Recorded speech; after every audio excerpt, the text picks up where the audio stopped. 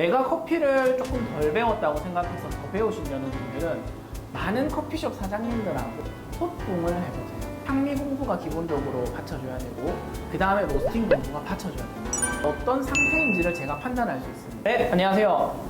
권카페 인사드립니다. 자, 오늘은 어떤 내용일까요? 오늘은 내가 카페 사장인데 커피에 대해서 전문성을 더 높이고 싶은데 어떻게 하면 더 높일 수 있는지 그 방법을 좀 알려주시면 좋을 것 같습니다. 제가 이제 이 주제를 들었을 때 이미 커피숍을 오픈한 상태고 그 사장님이 어느 정도를 하는지 제가 파악이 먼저 돼야 될 것 같더라고요. 예를 들어서 지난주 우리 주제처럼 커피를 전혀 모르는 상태에서 카페를 오픈을 했거나 아니면 기본적인 2급 자격증이나 1급 자격증 정도까지만 따고 만약에 오픈을 했다. 요거는 좀 보는 방법이 좀 다를 것 같더라고요. 커피숍을 열기 위해서 어느 정도의 교육, 1급 정도, 분쇄도 조정이랑 라떼아트 요 정도까지 들어갑니다. 우선은 커피 학원 자격증 수업을 받는 것을 저는 적극 권장을 하는 편입니다.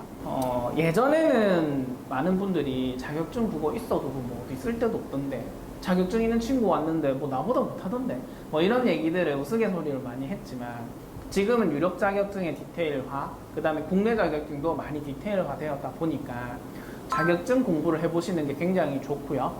그 다음에 내가 자격증 딸 것까지 시간은 좀 빠듯하다 라고 하시는 분들은 커피 학원에서 1대1 수업을 권장합니다.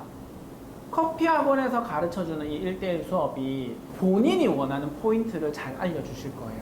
타이트하게 좀 디테일하게 교육을 받고 싶다 하면 학원 또 선생님께서 거기에 맞춰서 커리큘럼을 짜 주실 거기 때문에 그런 부분을 좀 이용하시면 좋겠다라는 생각을 해봤고요. 다른 커피숍 사장님들과의 소통이 굉장히 중요한 것 같습니다. 내가 커피를 조금 덜 배웠다고 생각해서 더 배우시려는 분들은 많은 커피숍 사장님들하고 소통을 해보세요.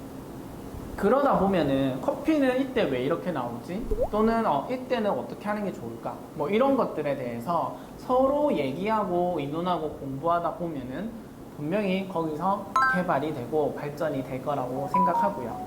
로스팅 공부나 향미 공부를 해보는 거를 추천합니다. 예를 들어서 우리 집 매장이 어디서 주는 원두를 받아서 이제 그것만 쓰고 있다면 여기서 추가적으로 해야 되는 공부가 향미 공부가 기본적으로 받쳐줘야 되고 그 다음에 로스팅 공부가 받쳐줘야 됩니다. 향미 공부를 하게 되면은 이 커피가 어떤 상태인지를 제가 판단할 수 있습니다. 추출의 미스인지, 생두의 미스인지, 로스팅의 미스인지 이런 것들을 여러분들이 파악할 수 있기 때문에 향미 공부가 우선시 되고 그 다음에 여유가 있으시다면 로스팅 공부를 해보시면은 이 콩은 내가 추출로 잘못을 한 건지 로스터가 잘못 볶아서 준 건지 이런 것까지 판단이 돼요.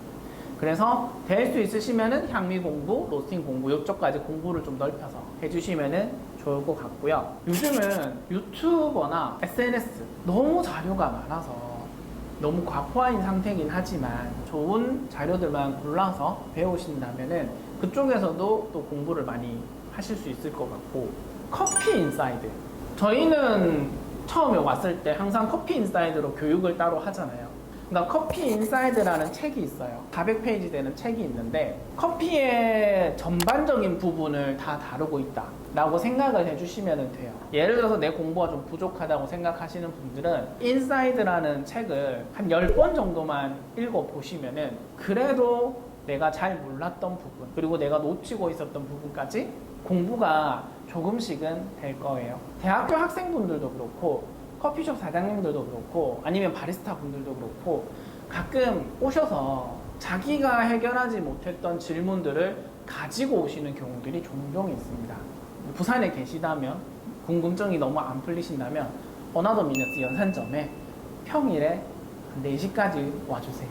제가 여러분들의 커피의 벗, 친구 이런 게 돼드릴 테니까 부담스러워 하시지 마시고 편하게 놀러 오시면 될 것 같습니다. 혹시 더 이렇게 공부하기 위해서 이런 방법이 있고 이런 분야가 좀 더 보완되면 좋을 것 같고 그런 점은 혹시 없는지. 만약에 이게 바리스타와 카페를 운영하는 사람과는 좀 다를 것 같아요. 저는 이제 커피숍도 운영하면서 납품도 하고 컨설팅도 하고 이러다 보니까 커피도 물론 중요하겠지만 제가 알고 있는 지식선에서는 사실 웬만한 대화들은 다 이루어집니다. 각 분야의 전문가 분들과 만나도. 점포점에서는 한 달에 한 번씩 국가대표분들이 오셔서 세미나를 하시죠. 그러니까 그런 특정 부분의 국가대표분들과 대화를 했을 때도 모르는 단어가 있을 수 있겠지만 어느 정도 대화는 되기 때문에 커피 쪽 공부는 그쪽에서 습득을 하는 편이고, 저는 오히려 경영 쪽 그리고 세금 쪽, 그러니까 사업에 관련돼 있는 쪽을 조금 더 공부를 하고요. 근데 만약에 바리스타 분들이다 그러면은 저는 영역을 나중에 창업을 하실 수도 있잖아요. 커피 영역도 좋은데요, 저는 디저트 영역을 조금 더 공부했으면 좋겠어요. 그러니까 나중에 본인이 창업을 하시더라도 커피 하시는 분들이 분명히 막히는 곳은 디저트입니다.